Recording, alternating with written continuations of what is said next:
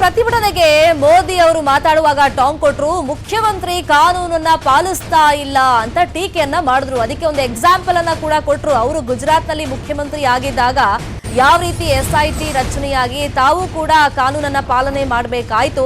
ಸಾಮಾನ್ಯ ಪೊಲೀಸ್ ಅಧಿಕಾರಿಗಳ ಮುಂದೆ ಸುಮಾರು 9 ಗಂಟೆಗಾಲ ಕುತ್ಕೊಂಡು ವಿಚಾರಣೆಯನ್ನ ನಾನು ಎದುರಿಸಿದ್ದೀನಿ. ಅವರ ಪ್ರತಿಯೊಂದು ಪ್ರಶ್ನೆಗೂ ಉತ್ತರವನ್ನ ಕೊಟ್ಟೆ. ಆದ್ರೆ ಇಲ್ಲಿ ಕರ್ನಾಟಕ ರಾಜ್ಯದಲ್ಲಿ ಮುಖ್ಯಮಂತ್ರಿಗಳೇ ಕಾನೂನನ್ನ ಪಾಲನೆ ಮಾಡ್ತಾ ಇಲ್ಲ. IT ಅಧಿಕಾರಿಗಳ ವಿರುದ್ಧವಾಗಿ ಇವರು ಕಾನೂನನ್ನ ಮುರಿದು ರೋಡಿಗಿಳಿದು ಬೀದಿಗಿಳಿದು ಪ್ರತಿಭಟನೆ ಮಾಡ್ತಾರೆ. ನಾನ್ CM ಆಗಿದ್ದಾಗ SIT ಇಂದ 9 ಗಂಟೆ ತನಿಖೆಯನ್ನ ವಿಚಾರಣೆಯನ್ನ ಪ್ರಶ್ನೆಗಳ ಸುರಿಮಳೆಯನ್ನ ಎದುರಿಸಿದ್ದೀನಿ. ಮುಖ್ಯಮಂತ್ರಿ ಆದ್ರೇನು ಪ್ರಧಾನಿ ಆದ್ರೇನು ಕಾನೂನನ್ನದು ಎಲ್ರಿಗೂ ಕೂಡ ಒಂದೇ ಅಲ್ವಾ ಅನ್ನೋ ಪ್ರಶ್ನೆಯನ್ನ ಜನರ ಮುಂದೆ ಇಟ್ರು.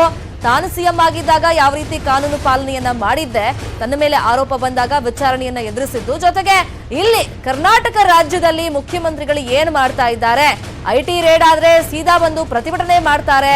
ಕಾನೂನು ಪಾಲನೆ ಇಲ್ಲಿ ಆಗ್ತಾ ಇಲ್ಲ. ಮುಖ್ಯಮಂತ್ರಿಗಳೇ ಕಾನೂನು ಪಾಲನೆಯನ್ನ ಕರ್ನಾಟಕ ರಾಜ್ಯದಲ್ಲಿ ಮಾಡ್ತಾ ಇಲ್ಲ ಅನ್ನೋ ಆರೋಪವನ್ನ ತಮ್ಮ ಭಾಷಣದಲ್ಲಿ ಮೋದಿ ಅವರು ಮಾಡಿದ್ರು. ಇದ್ರ ಜೊತೆಗೆ ದೋಸ್ತಿಗಳು IT ಪ್ರತಿಭಟನೆಯನ್ನ ಮಾಡಿದ್ರಲ್ಲ, ಯಾಕೆ ಹಂಗಾದ್ರೆ ಕಾಂಗ್ರೆಸ್ ಮುಖಂಡರ ಮನೆ ಮೇಲೆ, JDS ಮುಖಂಡರ ಮನೆ ಮೇಲೆ ಹಂಗಾದ್ರೆ IT ಅಧಿಕಾರಿಗಳು ರೇಡ್ ಮಾಡ್ತಾರೆ?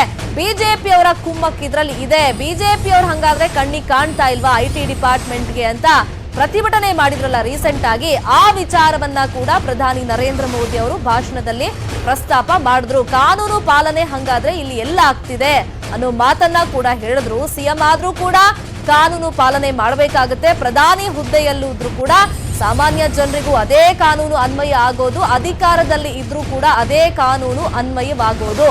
ನಾನು ಗುಜರಾತ್ನಲ್ಲಿ ಮುಖ್ಯಮಂತ್ರಿ ಆಗಿದ್ದಾಗ SIT ತನಿಖೆಯನ್ನ ಎದುರಿಸಿದ್ದೆ. ಅದು ಕೂಡ 9 ಗಂಟೆಗಳ ಕಾಲ ಪ್ರಶ್ನೆಗಳ ಸುರಿಮಳೆಯನ್ನ ನನಗೆ ಅಧಿಕಾರಿಗಳು ಪೊಲೀಸ್ ಡಿಪಾರ್ಟ್ಮೆಂಟ್ ಇಂದ ಮಾಡಿದ್ರು. ನಾನು ಬಹಳ ತಾಳ್ಮೆಯಿಂದ ಅವರ ಎಲ್ಲಾ ಪ್ರಶ್ನೆಗಳಿಗೂ ಕೂಡ ಉತ್ತರವನ್ನ ಕೊಟ್ಟಿದ್ದೀನಿ. ಆದ್ರೆ ಇಲ್ಲೇನಾಗ್ತಿದೆ, ಕರ್ನಾಟಕ ರಾಜ್ಯದಲ್ಲಿ ಏನಾಗ್ತಿದೆ ಅನ್ನೋ ಪ್ರಶ್ನೆಯನ್ನ ಜನರ ಮುಂದೆ ಇಟ್ರು ಮೋದಿ.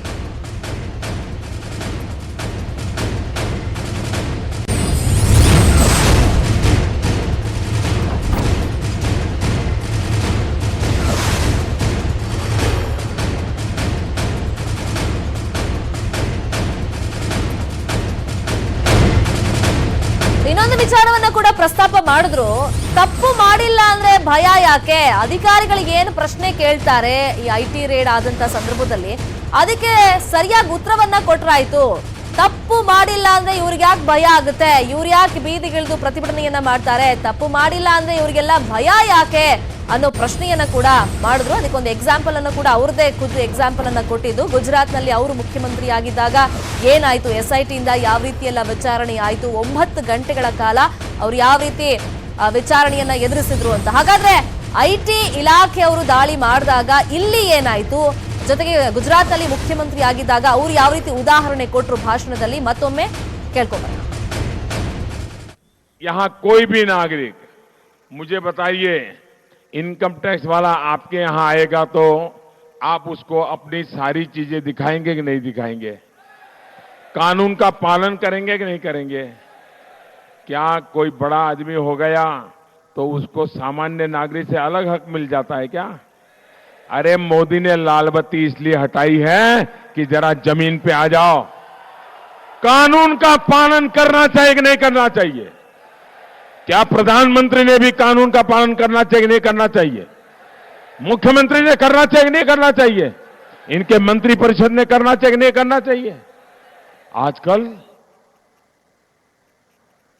आपको याद होगा, मैं जब गुजरात में था तो सुप्रीम कोर्ट ने एक SIT बनाई थी और मामूली पुलिस वालों ने मुझे समन किया। 9 घंटे तक पुलिस मेरा ग्रिलिंग करती रही, मुझे सवाल पूछती रही। मैं मुख्यमंत्री हुआ तो क्या हुआ, मैं देश का नागरिक हूं, मुझे कानून का पालन करना चाहिए। और मैं मामूली पुलिस वालों के सामने बैठ करके हर सवाल का जवाब दे रहा था। अगर कोई गुनाह नहीं किया, कोई पाप नहीं किया तो डरने की जरूरत क्या है? भाइयों बहनों, जब ये इनकम टैक्स के ऑफिसर गए तो ये लोग उनके खिलाफ धमकी देने और खुद मोर्चा निकाल दिया।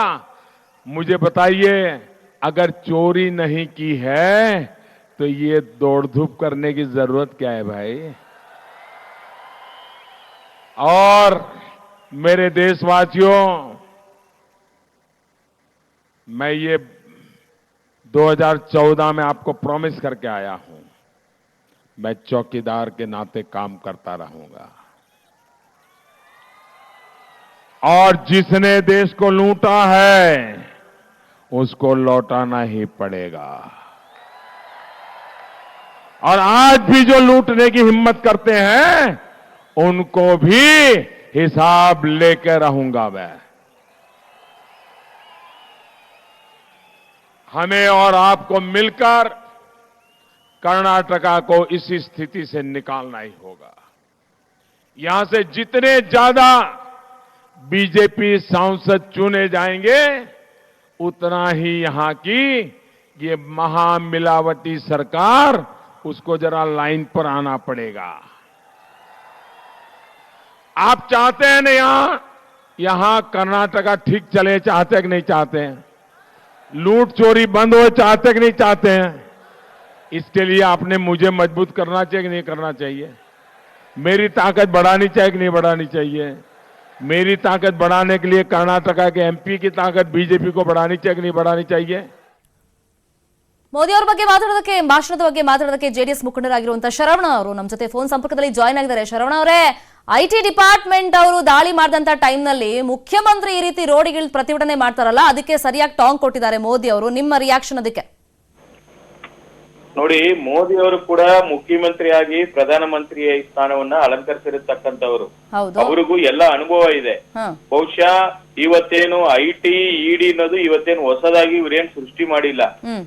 ಕಾಲದಲ್ಲಿ ಎಲ್ಲಾ ಪ್ರಧಾನಮಂತ್ರಿಗಳು, ಎಲ್ಲಾ ಕೇಂದ್ರ ಸರ್ಕಾರಗಳು ವ್ಯಾಪ್ತಿಯಲ್ಲಿ ಏನೇನು ಯಾವ ಸಮಯದಲ್ಲಿ ಏನೇನ್ ಮಾಡಿದಾರೆ ಅನ್ನೋದ್ ಬಗ್ಗೆ ಎಲ್ಲ ಗೊತ್ತಿದೆ.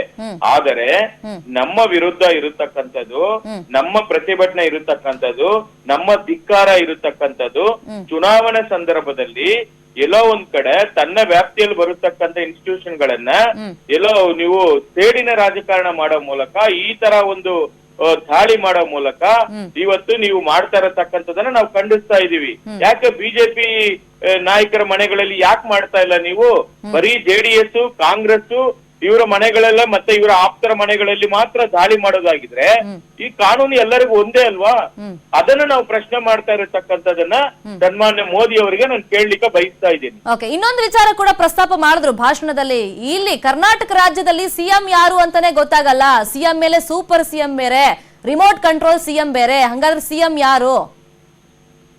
ನೋಡಿ, ಇವತ್ತು ಅವರ ಸರ್ಕಾರ, ಕೇಂದ್ರ ಸರ್ಕಾರ ಏನ್ ಡೆವಲಪ್ಮೆಂಟ್ ಮಾಡಿದ ಬಗ್ಗೆ ಚರ್ಚೆ ಮಾಡಕ್ಕೆ ಅವ್ರಿಗೆ ಯಾವ್ದು ಕೂಡ ಅಲ್ಲಿ ಉಳಿದಿಲ್ಲ. ಎಲ್ಲ ಪೇಪರ್ ಮಟ್ಟದಲ್ಲಿ ಯೋಜನೆಗಳನ್ನ ತಂದಿದ್ದಾರೆ ಕೇಂದ್ರ ಸರ್ಕಾರ. ಕರ್ನಾಟಕ ರಾಜ್ಯಕ್ಕೋಸ್ಕರ ಒಂದು ಬಿಡುಗಾತಿಯನ್ನ ಡೆವಲಪ್ಮೆಂಟ್ಗೋಸ್ಕರ ಬಿಡುಗಡೆ ಮಾಡದೇ ಇರತಕ್ಕಂತ ಇವ್ರಿಗೆ ಅದ್ರ ಬಗ್ಗೆ ಮಾತಾಡಕ್ಕೆ ಇಲ್ಲಿ ಯಾವುದೇ ತರ ಉಳಿದಿಲ್ಲ. ಅದಕ್ಕೋಸ್ಕರ ಸುಮ್ನೆ ರಾಜ್ಯ ಸರ್ಕಾರವನ್ನ ಟೀಕೆ ಮಾಡಬೇಕು, ಮುಖ್ಯಮಂತ್ರಿಗಳನ್ನ ಟೀಕೆ ಮಾಡಬೇಕು, ಇಂತ ಒಂದು ರೇವಣ್ಣ ಅವ್ರ ಬಗ್ಗೆ ಪರೋಕ್ಷವಾಗಿ ಇಂತ ಒಂದು ಟೀಕೆ ಮಾಡಬೇಕು. ಯಾಕಂದ್ರೆ ಅವ್ರು ಮೊನ್ನೆ ಹೇಳಿಕೆ ಕೊಟ್ರು, ಯಾವುದೇ ಕಾರಣಕ್ಕೂ ಮೋದಿ ಅವರು ಮತ್ತೆ ಪ್ರಧಾನಮಂತ್ರಿ ಆಗಲ್ಲ ಅಂತ ಹೇಳಿ. ವೆರಿ ನೆಕ್ಸ್ಟ್ ಡೇನೆ ರೇವಣ್ಣ ಅವರು ಸ್ಟೇಟ್ಮೆಂಟ್ ಕೊಟ್ರಲ್ಲ, ಇದನ್ನ ಇಷ್ಟು ದೊಡ್ಡ ಸುದ್ದಿ ಮಾಡೋದೇನು ಅಗತ್ಯ ಇರ್ಲಿಲ್ಲ ಅಂತ. ಹೌದೌದು, ನಾನು ಅದನ್ನೇ ಹೇಳ್ತಾ ಇದ್ದೀನಿ. ಇವತ್ತು ಅವ್ರು ಏನು ಬಿಜೆಪಿ ನಾಯಕರುಗಳಾಗ್ಲಿ, ಪ್ರಧಾನಮಂತ್ರಿಗಳಾಗ್ಲಿ ರಾಷ್ಟ್ರದಲ್ಲೇ ಕರ್ನಾಟಕವನ್ನ ದಕ್ಷಿಣ ಭಾರತದ ಹೆಬ್ಬಾಗಲು ಅಂತ ಏನ್ ಕರೀತಾ ಇದ್ರು, ಆ ಹೆಬ್ಬಾಗಳನ್ನ ಮುಚ್ಚುವಂತ ಕೆಲಸವನ್ನ ಬಿಜೆಪಿ, ಕಾಂಗ್ರೆಸ್ ಮತ್ತು ಜೆಡಿಎಸ್ ಮಾಡ್ತಾ ಇರತಕ್ಕಂಥದ್ದು ಅವ್ರಿಗೆ ಗೊತ್ತಾಗಿದೆ, ಹೆದರಿಕೆ ಶುರುವಾಗಿದೆ. ಅದರಿಂದ ಇಂತ ಹತಾಶರಾಗಿ ಇಂತ ಹೇಳಿಕೆಯನ್ನು ಕೊಡುವ ಮೂಲಕ ಜನರನ್ನ ದಿಕ್ತಪ್ಸಕ್ಕೆ ಪ್ರಯತ್ನ ಪಡ್ತಾ ಇದ್ದಾರೆ. ಬಹುಶಃ ನಮ್ಮ ರಾಜ್ಯದ 6.5 ಕೋಟಿ ಕನ್ನಡಿಗರು ಬುದ್ಧಿವಂತರು ಇದ್ದಾರೆ. ಯಾವುದೇ ಕಾರಣಕ್ಕೂ ತಕ್ಕ ಸಮಯದಲ್ಲಿ ಏನ್ ತೀರ್ಮಾನ ತಗೋಬೇಕು ಖಂಡಿತ ತಗೋತಾರೆ. ನೀವು ಕೊಟ್ಟಿರತಕ್ಕಂತ ಆಶ್ವಾಸನೆಗಳನ್ನ ಅಧಿಕಾರಕ್ಕೆ ಬರೋ ಮುಂಚೆ ಏನ್ ಕೊಟ್ರಿ, ಯಾವ್ದನ್ನ ನೀವು ಸಾಧನೆ ಮಾಡಿದಿರಿ, ಅದ್ರ ಬಗ್ಗೆ ಚರ್ಚೆ ಮಾಡ್ಬೇಕಾಯ್ತು ಬೆಂಗಳೂರಿಗೆ ಬಂದು. ಅದನ್ ಬಿಟ್ಟು ಸುಮ್ನೆ ನೀವು ಏನೋ ಟೀಕೆ ಮಾಡಬೇಕು ನೆಪದಲ್ಲಿ ಟೀಕೆ ಮಾಡೋದ್ರಿಂದ ಖಂಡಿತ ಜನ ಇದನ್ನ ಸಹಿಸಲ್ಲ ಕನ್ನಡಿಗರು ಅಂತ ಹೇಳಲಿಕ್ಕೆ ಬಯಸ್ತಾ ಇದ್ದೀನಿ. Okay okay, thank you so much Sharan ಅವರೇ ರಿಯಾಕ್ಟ್ ಮಾಡಿದ್ದಕ್ಕೆ. ಎಐಸಿಸಿ ಭಕ್ತರಾಗಿರುವಂತಹ ಬ್ರಿಜೇಶ್ ಕಾಳಪ್ಪ ಅವರು ನಮ್ಮ ಜೊತೆ ಫೋನ್ ಸಂಪರ್ಕದಲ್ಲಿ ಜಾಯ್ನ್ ಆಗಿದ್ದಾರೆ. ಬ್ರಿಜೇಶ್ ಕಾಳಪ್ಪ ಅವರೇ, ಐಟಿ ರೇಡ್ ಬಗ್ಗೆ ಇವತ್ತು ಮೋದಿ ಅವರು ಭಾಷಣದಲ್ಲಿ ಪ್ರಸ್ತಾಪ ಮಾಡಿದ್ದಾರೆ, ನಿಮ್ಮ ರಿಯಾಕ್ಷನ್? ಮೇಡಮ್ ಮೋದಿ ಸಾಹೇಬ್ರಿಗೆ ಪಾಪ ನಾಚಿಕೆ ಮಾನ ಮರ್ಯಾದೆ ಎಲ್ಲ ಬಿಟ್ಬಿಟ್ಟಿದ್ದಾರೆ. ಯಾಕೆ? ಅವ್ರೇನು ಅಂತ ಇವತ್ತು ಎಲ್ಲರಿಗೂ ಗೊತ್ತಿರೋ ಹಾಗೆ IT ದಾಳಿ ನಡೀತಿರುವಂತದ್ದೆಲ್ಲ ಬಿಜೆಪಿ, ಇದು ಕಾಂಗ್ರೆಸ್ ಮತ್ತೆ JDS ಮೇಲೆ ನಡೀತಾ ಇದೆ. ಬಿಜೆಪಿ ಮೇಲೆ ಯಾವ್ದು IT ದಾಳಿ ನಡೀತಾ ಇಲ್ಲ. ಮೊದಲನೇದಾಗಿ ಯಡಿಯೂರಪ್ಪನವರೇ ಟೇಪ್ ಅಲ್ಲಿ ಹೇಳಿದ್ದಾರೆ, 10 ಕೋಟಿ ನಾನು ಒಬ್ಬೊಬ್ಬ MLA ನಾನು ಕೊಡ್ತೀನಿ, ಮತ್ತೆ ಅವ್ರನ್ನ ಖರೀದಿ ಮಾಡ್ತೀನಿ ಅನ್ನೋದು ನಂದೇ ಸ್ವರ ಅಂತ ಅವ್ರು ಒಪ್ಕೊಂಡಿದ್ದಾರೆ. ಅವ್ರ ಮೇಲೆ IT ದಾಳಿ ನಡೀತಾ, ಮತ್ತೆ ಅವ್ರು ದುಡ್ಡು ಖರ್ಚು ಮಾಡ್ತಿರೋಂಥದ್ದನ್ನ ಇವತ್ತು ಮೋದಿ ಸಾಹೇಬ್ರೆ ಇವತ್ತು ಚಿತ್ರದುರ್ಗದಲ್ಲಿ ಒಂದು ಬಾಕ್ಸ್ ಅನ್ನ ಅವರ ಹೆಲಿಕಾಪ್ಟರ್ ಇಂದ ಒಂದು ಇನೋವಾ ಗಾಡಿಗೆ ಕಳಿಸಿ ಅದನ್ನ ಬೇರೆ ಕಡೆ ಇದು ಮುಟ್ಸುವಂತೆ ಒಂದು ಪ್ರಕ್ರಿಯೆ ಮಾಡಿದ್ದಾರೆ. ಅದು ಯಾವ ಬಾಕ್ಸ್ ಅದ್ರಲ್ಲಿ ಏನಿತ್ತು ಅನ್ನೋಂಥದ್ದನ್ನ ಮೊದಲು ಮೋದಿ ಸಾಹೇಬ್ರು ತಿಳಿಸ್ಬೇಕಾಗುತ್ತೆ ಜನಕ್ಕೆ.